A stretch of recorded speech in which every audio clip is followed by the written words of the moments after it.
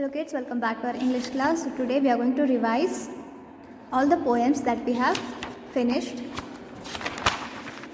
So starting with the poem called The Hedgehog and His Coat. So it is written by Elizabeth Fleming. So let's read it. The owls have feathers lined with down to keep them nice and warm. The rats have top coats soft and brown to wrap in from the storm. And the nearly every bird and beast has cozy suits to wear. And Mr. Hedgehog has the least of any for his share. His back is struck with prickly pins that breezes whistle through, and when the winter time begins, the only thing to do and curl up from rain until the spring comes bright and hot to waken him again. The owls and rats and all their folk are soft and smooth to touch, but the hedgehog are not nice to stroke. Their prickles hurt so much, so though it looks like little queer, his coat is best of all, for nobody could interfere with such a bristly ball. So this poem was about what? Mr. Hedgehog and his coat.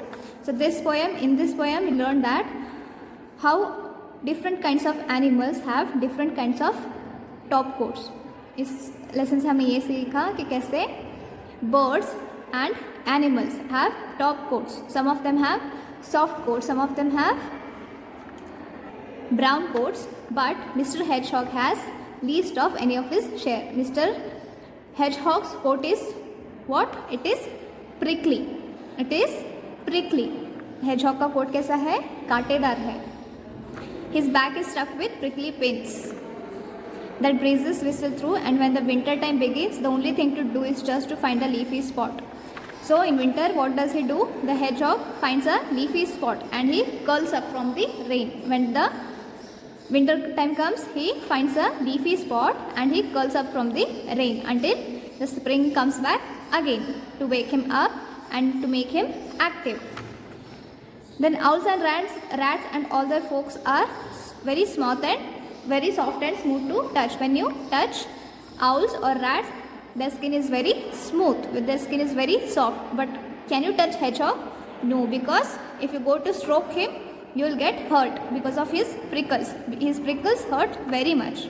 But so though it looks like little queer, though it looks very strange, his coat is best of all. Even though these animals and birds have soft coats or skin, and even if this hedgehog has prickly coat, it is best of all. It is best among all because nobody can interfere with this animal. If anyone goes to hurt him, they get hurt in return because of his coat. Okay, so this is what we learnt in this poem. And here beast means what? Four-footed animal. Interfere means meddle with. Queer means strange. Breeze means move in lively manner. Prickly means tingling. Bristly means with short and stiff bristles. Prickles means hard-pointed spines. Curl up means behind into a spiral shape. Now moving on to the next poem. In this class we will learn only about poems. In next class we will revise about the lessons that we have learned. Now the next one is The Little Green Frog, and it is written by Vera Hussey. Now see here, this poem is about a frog and a bird. A frog, what kind of a frog? The little green frog. So in this poem we saw that where this frog is sitting by a quiet little stream on an old mossy log, looking very forlorn. Looking very forlorn means he was in a pitiful condition. There sat a little green frog. He had sleek speckled black back. Sleek means smooth and glossy. Speckled means what? Spotted. So what kind of a skin he had? He had sleek, smooth, speckled, spotted back and two bright yellow eyes. What was the color of frog's eyes? Yellow. And when dining, selected the choicest of flies. So when he was thinking to eat something, he selected flies. He wanted to eat flies. Then the sun was very hot, so he could barely open his eyes. He was too lazy to move, let alone watch for flies. He was nodding and almost asleep. He was waiting for his food because he was very lazy. He was not putting on any effort to get that food. He was just sitting there. He was nodding and he was feeling very sleepy. He was almost asleep when a voice in the branches chirped.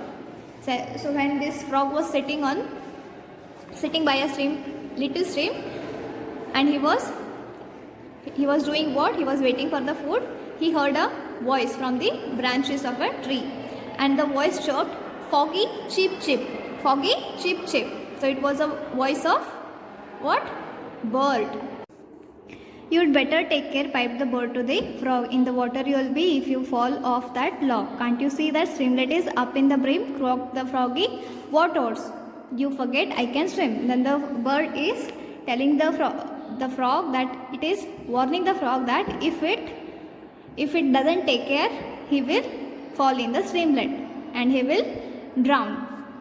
So the frog replies that, "What odds? You forget I can swim." The frog is telling that it doesn't matter, even if I fall down in the streamlet, I can still swim. Then the froggy looked up at the bird perched so high. And then the frog looked at the bird which is sitting on a high branch of a tree that seemed to frog like a sky. And then he croaked to the bird, "What if you fall and you will die?"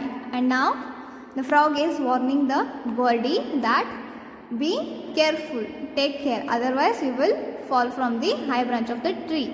Then the bird answers. The bird chirped, "What odds? You forget I can fly." Now the bird is saying that even if I fall down from the tree, I can still fly. I can fly, I will not die. So this is how the discussion between the little green frog and birds take place. Now moving on to the next poem, that is The Sheep. "Lazy sheep, pray tell me why in the pleasant fields you lie eating grass and daisies white from the morning till the night. Everything can something do, but what kind of a use are you?" So in this poem, which is written by Anne and Jane Taylor, here the boy is asking the sheep. The boy is asking the sheep that, "Dear sheep, please tell me." He is requesting the sheep, "Please tell me. Everything in this world does something. Everything in this world has something to do. But what do you do? You're always eating grass or daisies white. In the pleasant fields you lie. So what kind of a use are you?" So, and then the sheep answers, "Nay, my little master, nay. No, my little master, nay. Do not serve me so. Do not measure my worth like that. I request you. The wool that grows from me is used for the clothes that you wear. Cold and very cold you would be if you had not wool from me. You would feel very cold if you did not have any clothes that is made from my wool. Now, true, it seems like a pleasant thing to nip the daisies in the spring, but many chilly nights I pass on the cold and dewy grass, or pick a scanty dinner where all the commons brown and bare. True, it seems that pleasant thing. It is a pleasant thing to hear that I nip the daisies in the spring. When spring comes, I eat the daisies. But what about chilly nights? In chilly nights, I pass my nights on the cold and dewy grass. I get very scanty dinner. I get very little dinner. Where do I live? In the winter, I live on commons brown and bare, on the land which is plantless or treeless. Then the farmer comes at last when the spring is past, when the merry spring is past. And when the merry spring is past, farmer comes to me and cut my wool to make your coats and your dresses. To warm you in the winter's day, little master, this is why I lie. This is why in the pleasant field I lie. So this is why, my little master, I lie in the pleasant field. So this is written by Anne and Jane Taylor. So these are what? These are the poems that we have learnt in our semester. So in next class we will learn about the lessons that we have learnt. Okay? So see you in the next class. Till then, take care.